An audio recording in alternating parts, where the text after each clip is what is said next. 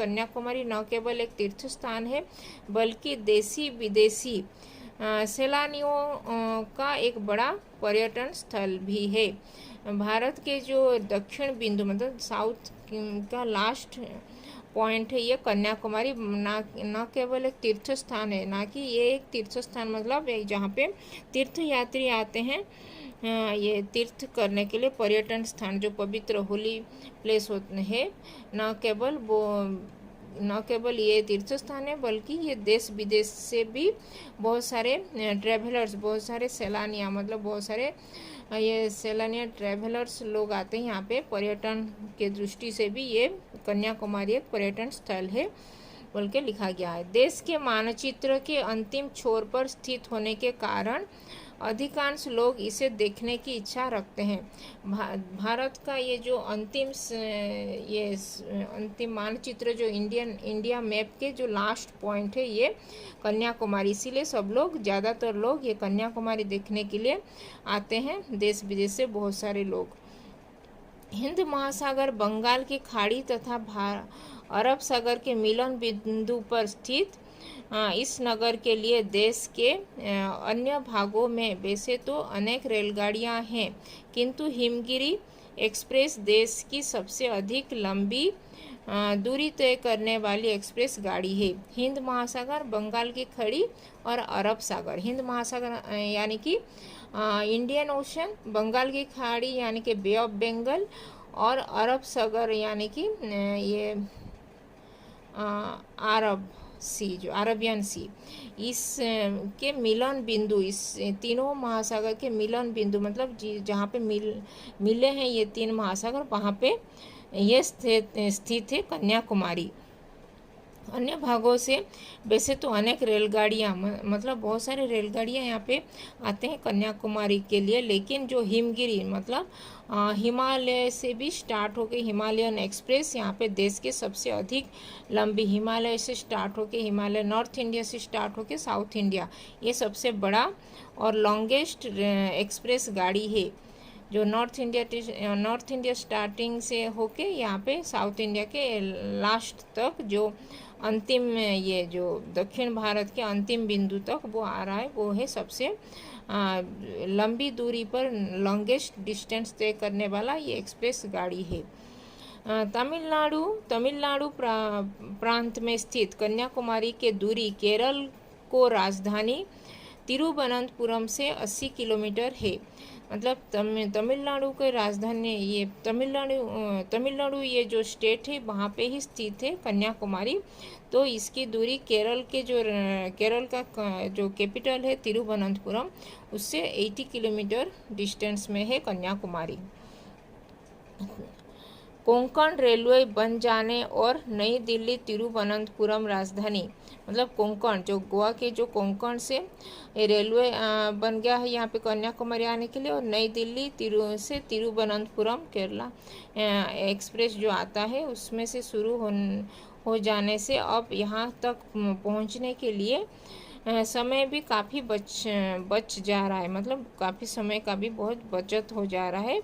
ये जो इतने सारे एक्सप्रेस आ रहे हैं कन्याकुमारी के लिए, इससे पर्यटकों की संख्या में भी अभूतपूर्व वृद्धि हुई है। इसीलिए बहुत सारे ये जो ट्रेवलर्स लोग भी यहाँ पे आते हैं ये कन्याकुमारी को विजिट करने के लिए।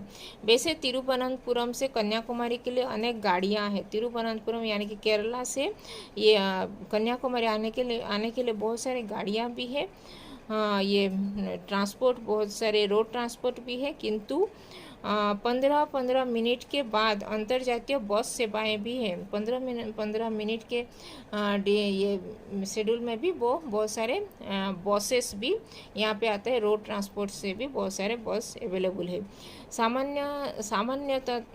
सामान्यतः पर्यटक यदि बस से कन्याकुमारी जाते हैं तो लौटते समय वे रेलगाड़ी में यात्रा करना पसंद करते हैं।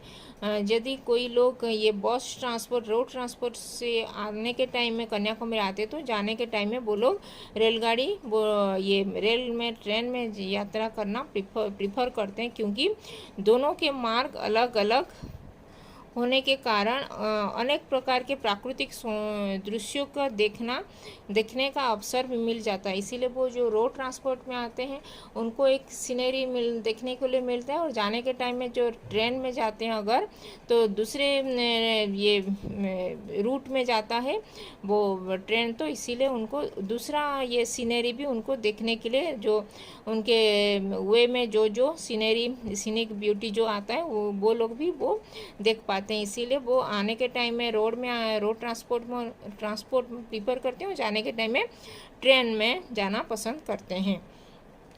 तिरुवनंतपुरम से लगभग 66 मतलब 66 किलोमीटर की दूरी पर नागरकोविल एक जगह है। तिरुवनंतपुरम से 66 किलोमीटर की दूरी पर नागरकोविल एक प्लेस है। कन्याकुमारी जाने से पूर्व पर्यटक यहाँ विश्राम करना पसंद करते हैं। कन्याकुमारी जाने से पहले वो नागरकोविल में रेस्ट करना पसंद करते हैं। देश की सबसे बड़ी केलों की मंडी केला, वहाँ पे बहुत सारे केलों की नागरकोविल में बहुत सारे केला मतलब केला की मंडी यहाँ पे स्थित है। यहाँ न केवल भिन्न भिन्न प्रकार के केले मिलते हैं, बल्कि एक प्रकार का लाल रंग का केला भी पाया जाता है। तो नागरकोविल जो प्लेस है तिरुवनंतपुरम से जो 66 किलोमीटर की दूरी पर नागरकोविल जो प्लेस है, वहाँ पे आने जाने के टाइम में वो जो तीर्थयात्री जो भी पीपुल वो विजिट करते हैं कन्याकुमारी, वहाँ पे रेस्ट करना चाहते हैं, क्योंकि वहाँ पे केलों का एक बड़ा सा मंडी होता है। वहाँ पे केला बहुत डिफरेंट टाइप का केला मतलब बनानाज वहाँ पे मिलता है। वहाँ पे रेड कलर का बनानाज भी वहाँ पे मिलता है उसी नागरकोविल में, जो बहुत स्वादिष्ट होता है। जो रेड कलर का बनानाज होता है वो बहुत ही ये स्वीट्स होता है, बहुत ही स्वादिष्ट होता है वो।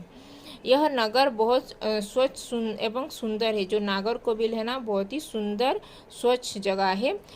नगर नारियल के वृक्ष से ढका हुआ है। नारियल के वृक्ष में नागरकोविल ढका हुआ है।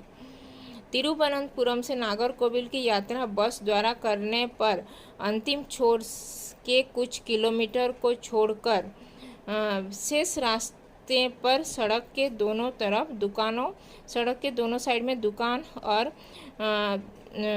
और मकान में घिरे होने से कारण अनुमान लगा पाना मुश्किल होता है कि पहला नगर कब छूट गया। जो पहला नगर कब छूटे उनको पता भी नहीं चलता है कि दोनों साइड में ये बिल्डिंग्स और ये शॉप सब होता है, दुकान और मकान, तो इसीलिए पता भी नहीं चलता है वो कब ये जगह चला गया, वो नगर छूटा भी या नहीं बोल के पता भी नहीं चलता। यात्रा रोमांचक है तथा जिज्ञासा बराबर बनी रहती है। और जिज्ञासा मतलब बहुत सारे उसके बारे में जानने के लिए बहुत सारी जिज्ञासा